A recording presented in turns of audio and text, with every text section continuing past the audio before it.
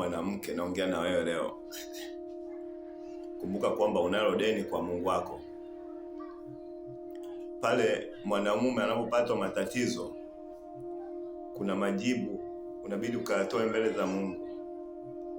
Ujue kuna jibu utakayobidi kwenda kulitoa mbele za Mungu. Kwa nini mwanamume amepatwa na matatizo? Maana maandiko yanasema, Mungu kanituma kwako nikuelezee habari hii. Mwanamke anasema kwamba hata lini utatangatanga? Yeremia 31:22. Hata lini utatangatanga wewe binti wa uasi? Bwana Mungu ameumba jambo jipya duniani. Mwanamke atamlinda mwanamume. Wewe hata lini utatangatanga kwenda katika uasi? Unaenda kushirikiana na maadui zako, unaenda kuzini na maadui zako, unaenda kufanya ushirikina, unaenda kumpoteza mwanaume wako, wakati wewe Bwana alikutoa katika ubavu wake na wewe kakuweka uwe mlinzi kwa sababu ya kumlinda mwanaume wako. Lakini wewe umekuwa ukienda siku zote, umekuwa ukimpeleka mwanamume wako kumsaliti wa maadui. Umemkana Bwana wako sauti yake na kazi aliyokupa kuifanya. Unajua kuna kazi mwanamke umepewa kuifanya na Mungu ya kumlinda mwanaume wako, lakini umekuwa ukimwasi mwanaume wako na kuwasikiliza maadui zako, na kisha unasaliti mwanaume wako na kumpeleka katika kumfunga katika gereza za maadui zako. Umefanya kosa, tubu mbele za Mungu, Mungu akusamehe. Kisha omba sana kwa Mungu apate kuwatetea bwana wako. Na kila mwanamke afanye hivyo kama ninavyomwelekeza, kwa maana ukiangalia huko kwenye ufalme wa watu wa giza, ufalme wa waasi, wanaume wengi wametekwa nyara.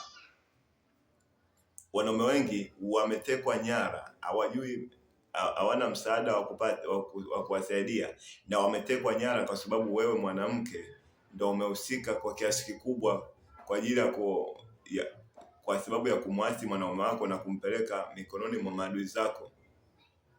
Wanaume wengi wametekwa nyara, wamesimamishwa katika mlima wa mauaji, kila kukicha wanauliwa. Wamekuwa katika vita vikali siku zote, lakini sababu ni wewe mwanamke umewapeleka wanaume wako, umempeleka mwanaume wako, na kila mwanamke kampeleka mwanaume wake katika mateso, katika uasi kwa maadui zake. Wanateseka, wamefungiwa milango, hawana namna ya kutoka. Laheri mwanamke mama yenu anapiga kelele mbele za Mungu kwamba hawa wamefanya jambo gani la kuwaasi wanaume zao na kuwapeleka kwa maadui zao. Wako milimani wanataabika, wamepanga foleni katika machinjo, wanachinjwa kama mbuzi, kama ng'ombe. Kila kukicha wanachinjwa, wanafanya uharibifu, hawajui namna ya kufanya. Na wewe mwanamke umepewa kazi hiyo na Bwana kuwalinda wanaume zako, na Mungu anajua kabisa kwamba wewe unajua kupigana vita hii. Amekukabidhi vita hii ukapigane na adui kwa sababu ya kushinda, na pia kushawishi mwanaume wako apate kurudi kwenye nafasi yake.